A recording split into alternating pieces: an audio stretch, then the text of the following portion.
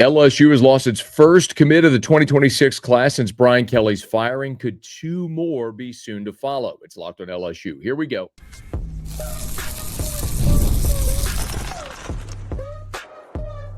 You are Locked on LSU, your daily podcast on the LSU Tigers. Part of the Locked on Podcast Network, your team every day. Okay, let's get it. It is Locked on LSU, your team every day. I'm your host, Matt Moscona. Thanks so much for making us your first listen. We're free, available wherever you get podcasts, of course, on YouTube as well. So please subscribe. And as always, one of the fastest ways to help us grow is by leaving your comments below. So thank you sincerely for that. Little recruiting talk as we do every week here on the show. We visit with Shea Dixon from On3, the Bengal Tiger. And it has been an eventful week as LSU has lost its first commitment from the 2026 class since Brian Kelly's firing. And Shea tells us, you'll hear in just a moment, there's two more flips, potentially members of this class currently committed who could be flipping out of the class. You'll hear those in just a second. But first, DeAnthony Lafayette, the four-star edge from Florida, is no longer committed to LSU. He has flipped to Miami. Shea has all the info. This is a kid, Matt, who committed to LSU in July, I believe it was, and he had, coming out of Lake Nona High in Orlando, was someone that Blake Baker, your DC, Kevin Peoples, the DN's edge rushers coach, were both high on through the offseason, kind of before he even boomed a little bit ahead of his senior year. They were one of the offers that were notable in the SEC. Others came from there afterwards, but a guy they felt good about as kind of a sleeper in this class. I mean, look, he's not the biggest guy, 6'1.5", maybe 230, but is a pretty productive edge rusher. And this is a case in point, Matt, I think, of just the reality you're living in right now. It's November 11th. Yeah, God, I cannot believe it's only November 11th. But in this case, I'm gonna say that's late in the season here. You've got until December 3rd to signing day. There's so many unknowns with the timeline of this hire. And Burge Osbury talked to you about this, about the timeline, what all it would mean. And he said, at least, I'm paraphrasing here, if I remember it correctly, Matt, correct me, that by that early signing period, they at least would like to know the direction they're going. I take that to mean a candidate or two in mind. They might be in the playoffs, but direction meaning with this timeline. Are you punting on the early signing day relative to we have a full staff in place? It got, a head coach got named after Christmas and we're really salvaging this class, or maybe even more importantly, the entire roster, and where you get into January with the transfer portal and the NFL draft declaration deadline being on the 15th and the portal ending on the 16th. So how do you kind of navigate that? And we've talked about it. Frank Wilson is interim head coach, all these current staff in place. Certainly helped stabilize it, but DeAnthony Lafayette, who came out and just said it, hey, look, I'm a few weeks out from signing. I don't know if Kevin Peoples will be there. I don't know if Blake Baker will be there. And I'm going a few states away from home to make this commitment. This isn't a Louisiana kid who's going to LSU regardless type of thing. So it wasn't a shock when a day later he commits to Miami. That's an in-state school. They're stable under Mario Cristobal right now. Florida's going through a coaching change. FSU might be right behind them. So I think he's sort of a good case study of this is expected, right? Like, yeah, you've had 17 commits. You're down to 16 now. Most of them are Louisiana kids, some border state kids. But when you get into a few states away now and the coaches he has connections with cannot tell him whether or not they'll still be here when he signs in December and then enrolls in January, that's a lot to ask for a kid and family, right? So not a shock that Miami kind of kept in contact with him and said, you've got the green light, and he went ahead and made the decision. But again, like, not really that nefarious. He came out and said, thanks to all the LSU fans, like, I really appreciate this opportunity, but I've got to go somewhere where, everything's sort of already in place for me and not have to sign on the dotted line and wonder who coaches me later. So for DeAnthony Lafayette, had committed in July, as Shea mentioned, 6'1.5", 230. He is a four-star, nationally number 367, the 41st best edge in the country. I think it is also worth noting that Blake Baker was his primary recruiter, even though he'd be playing for Kevin Peoples. Of course, Baker with connection down to the Miami area, having coached down there as well. And look, you've got you got other members on staff with ties to the Miami area as well. It's worth noting too that Jason Taylor was the primary recruiter for Lafayette at University of Miami. Of course, that's Mason Taylor's dad, Jason Taylor. It's probably the only time he'd ever be referred to that instead of Hall of Famer Jason Taylor. But one of the things that was a little crossways was 2 portal cycles ago when LSU was recruiting Simeon Barrow, who's the defensive line transfer from Michigan State, who ended up picking Miami.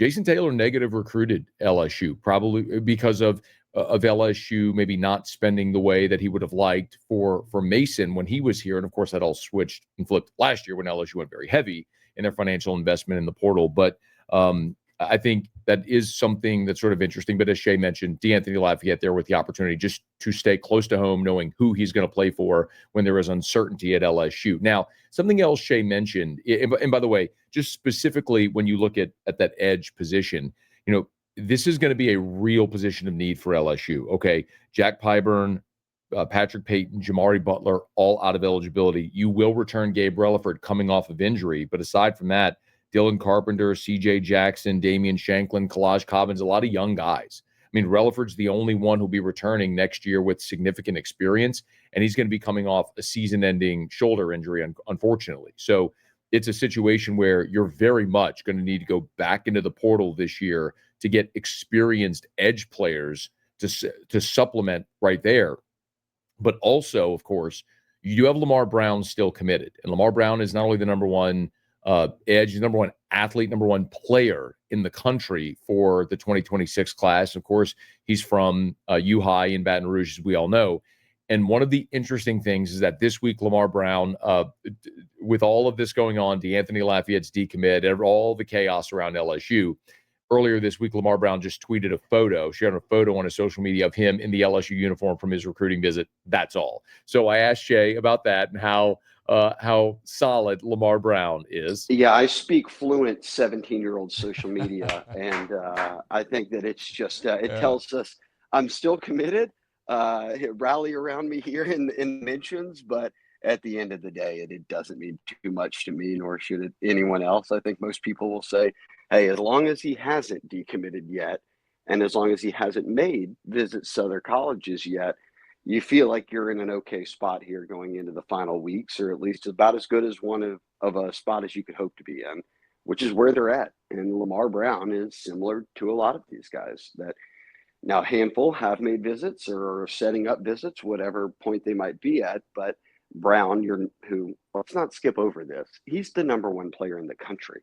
Like, I think it's easy for us as Baton Rouge folks to say the kid from U-High who's always had an offer since he stepped foot on the Cubs football field, kind of gloss over that reality. He's not just your number one athlete or D lineman, number one player. So everyone's out there trying to get him flipped, notably A&M, Miami, schools that had been in the mix prior to committing to LSU, but he hasn't budged. And I think if you're LSU fans, that's kind of what you want to see is, all right, we expect some decommitments, but can we hold on to the bulk of them? And can you really hold on to these 5 stars that are probably pretty early impact guys in the defensive line? So, by the way, holding on to the local impact guys, we'll get to that here in just a second because there's one that's potentially teetering, you'll hear Shea say. But when you look at the edge position for 2026, obviously, if you're looking for 4, like you had the 4-man rotation this year with Payton, Pyburn, Butler, and Relaford when he was healthy. If you look for a 4-man rotation, Relaford is back. Lamar Brown would most certainly factor into that rotation, even as a backup.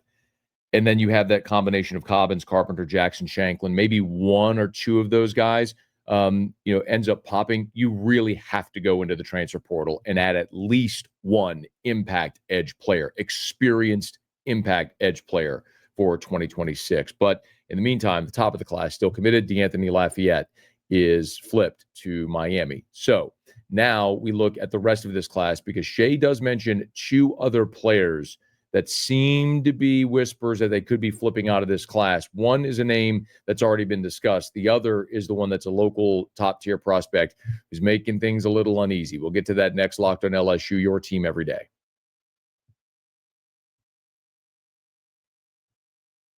When the opening whistle blows on a new repair, get your crew moving forward with Supply House. Order today and see parts on your doorstep tomorrow. over 280,000 plumbing, HVAC, and electrical items from the most trusted brands in the business. Their real-time inventory and honest lead times keep you from punting projects, while their industry-leading customer service always has your blind side covered. Need parts fast for a project? Supply House has next-day delivery.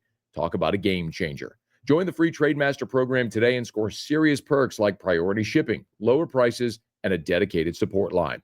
Visit supplyhouse.com to sign up for free and use promo code SHCollege5 for 5% off your first order. That's supplyhouse.com. Real people, real service. And we're brought to you by FanDuel. The NBA is back, and there's no better place to get in on the action than FanDuel, the official sports betting partner of the NBA. Even if you missed the start of a game or you want to ride the hot hand, FanDuel has live bets on everything from who will score next to fourth quarter comebacks. Plus, you can even combine your live bets into a same-game parlay for a shot at a bigger payout. It keeps every game exciting, especially when your team's making that late push. Right now, FanDuel is giving new customers $300 in bonus bets when your first $5 bet wins. So head to FanDuel.com to sign up and play your game with FanDuel, the official sports betting partner of the NBA.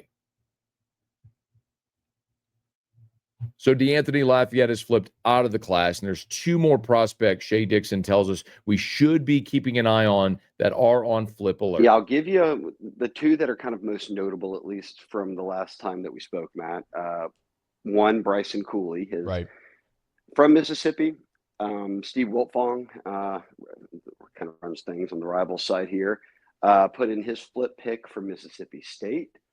Ole Miss, Bama, all of these schools had been on him. He's been committed to LSU, but it's much like DeAnthony Lafayette, except I can just change the position, right? He doesn't know if Brad Davis is going to be here. They don't have an offensive coordinator in place. He doesn't know who the next head coach is. And look, they don't have a winning record, but Mississippi State and Levy and that staff are in place. There's no expectation that changes in the offseason. So it won't be a surprise if he ends up in Mississippi State's class. And you still have a handful of offensive linemen committed, but that brings you to the other one. Your highest rank offensive lineman right now on the commit list is Brysten Martinez from right here in East Ascension. And he already made a visit to Texas and then made another kind of scheduled official visit. So very much exploring his options. Texas is a school that hasn't let up there, but still remains committed. But it's one of those things, Matt, like as we get closer to December 3rd, how many of these guys, even if local, even if, hey, I'm committed to LSU,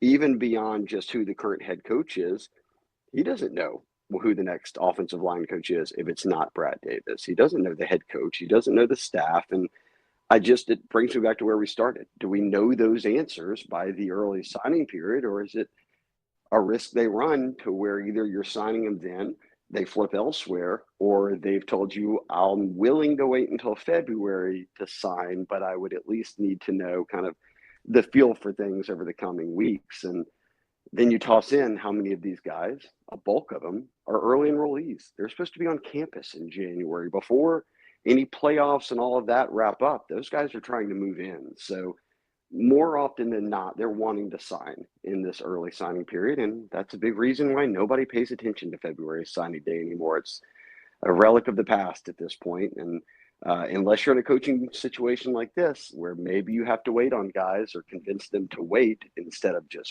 outright flipping, that this December 3rd to 5th is the one that everyone's paying attention to. So Cooley and Martinez, two offensive linemen we're keeping an eye on. By the way, I did ask Shea a follow-up, which you'll hear in a second, about the timeline for naming a new coach and how you put the roster together. It's an interesting answer. You'll hear that in just a second, but a quick thought here on Cooley and Martinez. First of all, Cooley is one we've been talking about.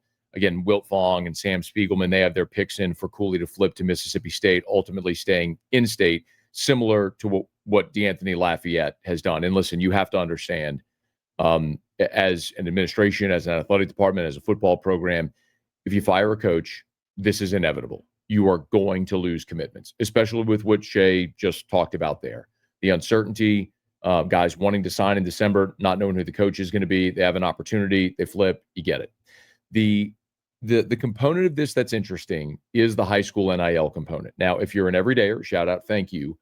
You've heard me say this before, but for those who maybe are finding this for the first time, I'll repeat it. Louisiana is like the majority of states that allows high school NIL. So think of what the collective was doing prior, where the collective was effectively pay for play for the roster. Can't do that anymore with your current roster, but you can do that, however, in states where there's high school NIL. The NCAA does not regulate that. So the collective can continue to pay high school recruits. And that is happening for a lot of the top tier recruits in the state of Louisiana and in this class.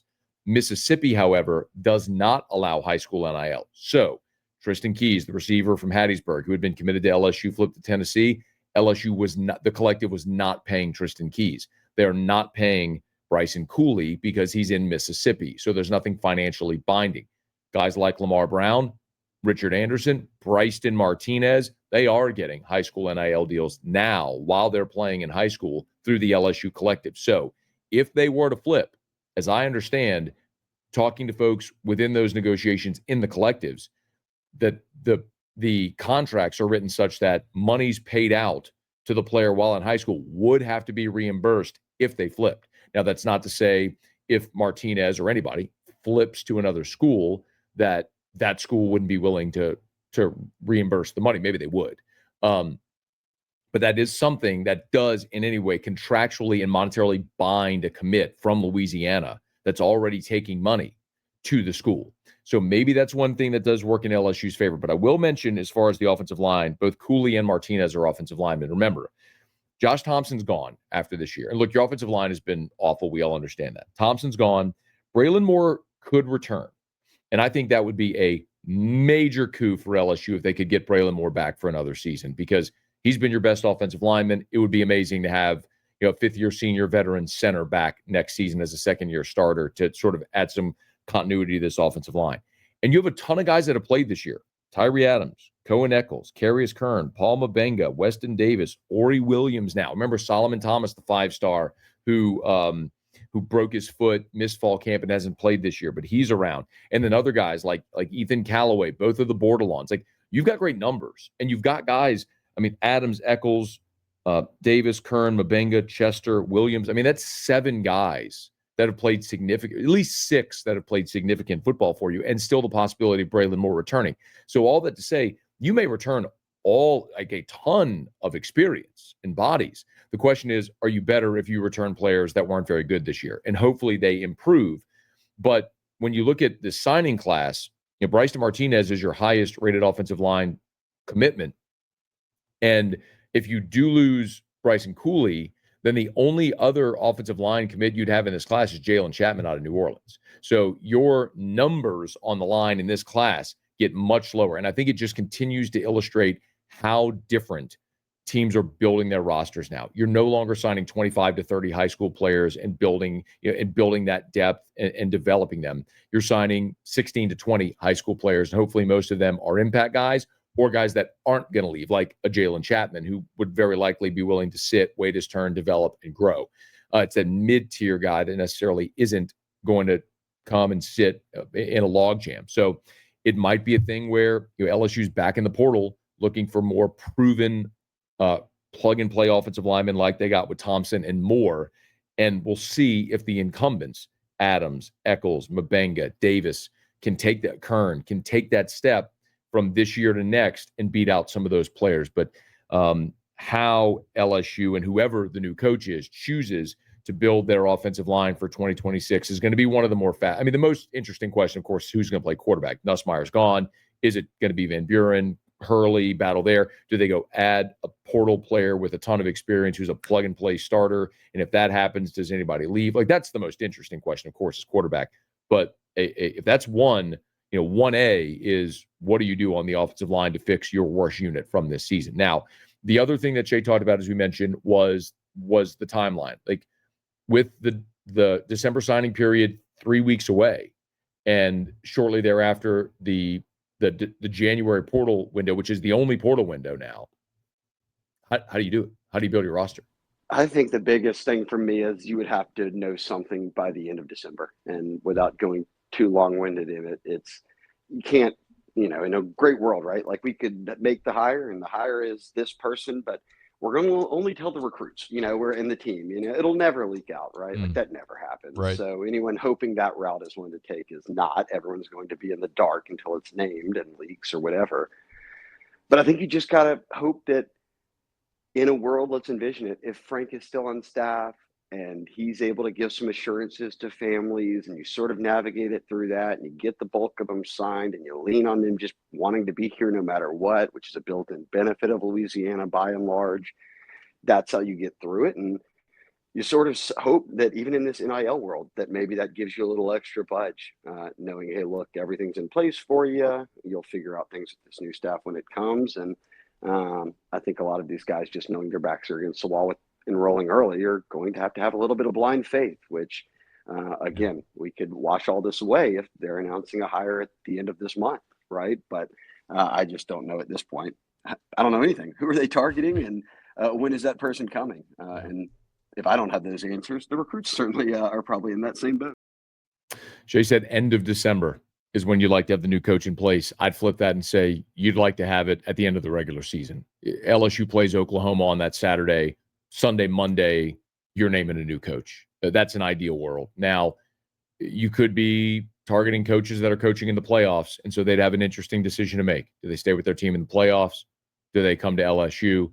But it certainly feels like the more this goes along, the target, the ambition for LSU is to get their coach in place as soon as the regular season ends, so that way they can navigate the December signing period, which would be just about a little more than a week later. And then obviously after that subsequent, the January portal window, and start building that 2026 roster. We'll see if Bryson Cooley and Brysten Martinez are part of that 2026 roster. Find out in due time. Okay, that'll do it for us here on today's episode of Locked On LSU. If you're listening on podcast, please subscribe on your favorite podcast app, rate us, leave a review. If you're on YouTube, smash that like button, subscribe to the channel, hit the bell so you're notified whenever we post a new video. And thank you again sincerely for making the Locked On Podcast Network the #1 sports podcast network in the world. It is Locked On LSU, your team every day.